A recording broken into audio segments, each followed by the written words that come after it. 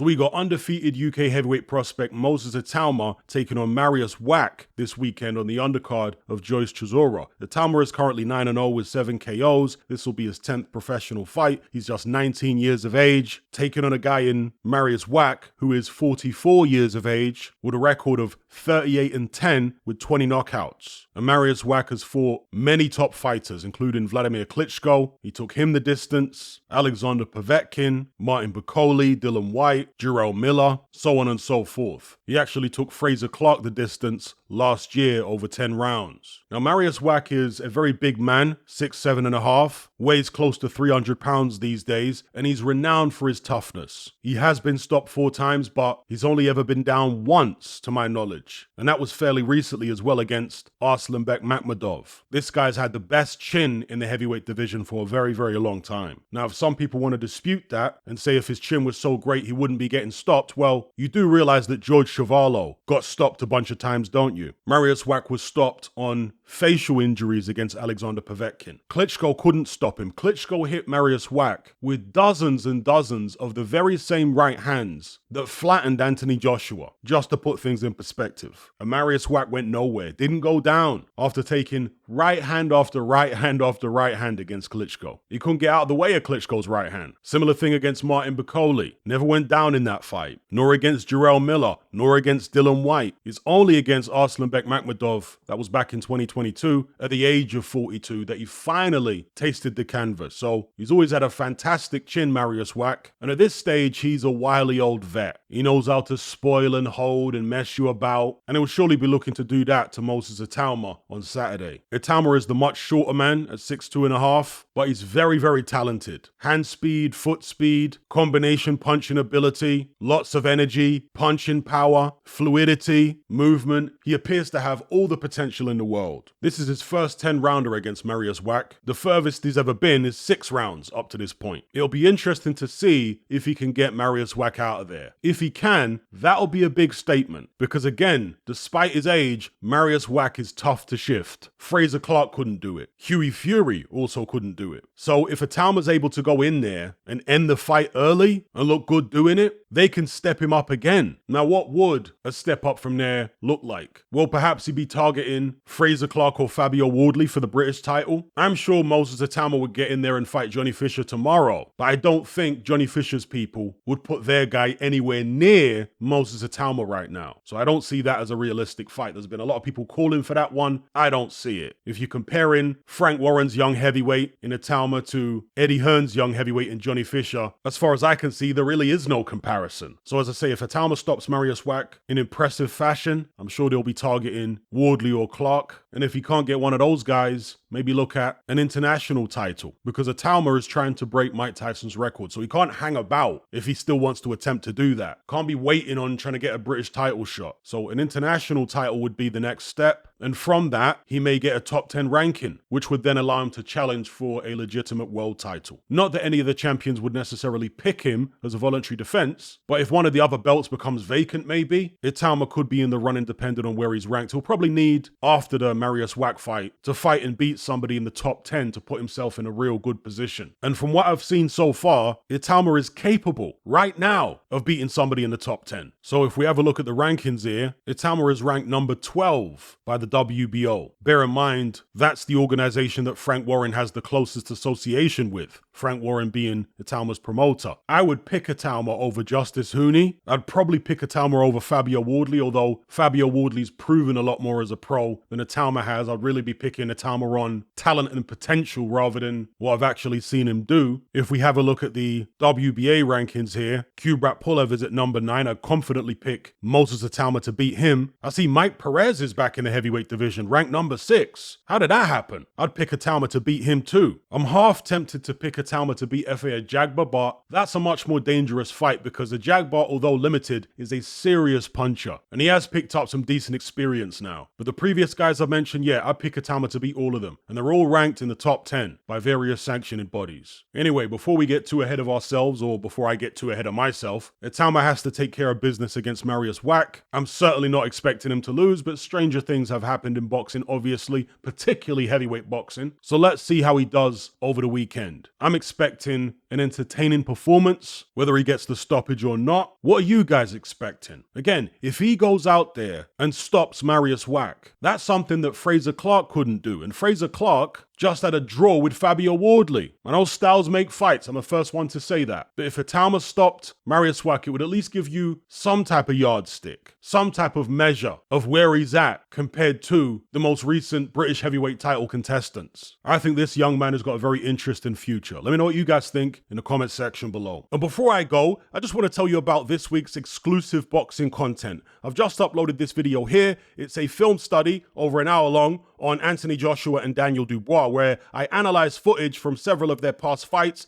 compare their styles, point out their habits and mistakes, strengths and weaknesses, to help gain a better idea of how this fight may play out between them on September 21st. If you want to access this video along with hundreds of hours worth of other exclusive boxing content, as well as our members chat, just head on over to my Patreon page and select the tier called the Boxing Brotherhood. There's no contract, no commitment. You can cancel at any time, just like Netflix, but it's a hell of a lot cheaper. Just download the app from the Play Store or the App Store. All the links are in the description box below.